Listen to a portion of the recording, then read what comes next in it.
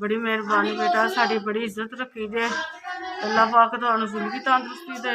साडा सारा काम कंप्लीट हो गया, तुहाडी बड़ी मेहरबानी, शुक्रिया। मैं जो तुसीं साडे वास्ते कर रहे हो, असीं तुहानू झोलियां चुक चुक के दुआवां देंगे।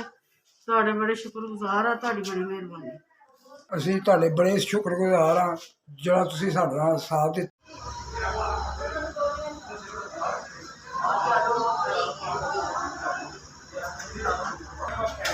मेहरबानी तुहाडी। मैनू जिथे मैं काम करती सा उन्होंने मैनू देख के झूठा लारा तो उन्होंने मैनू नहीं दी रोटी। तुहाडी मेहरबानी, तुसां मेरी रोटी भी दी जे ते मेरी अल्लाह तुहाडे दारे ने इदों भी ज़्यादा तरक्की दे, जमान भी दिता दे, रजाइयां वगैरह तकिए तुहाडे नाल बैडशीटां। तुहाडी बड़ी मेहरबानी, अल्लाह पाक तुहानू जिंदगी तंदुरुस्ती देवे।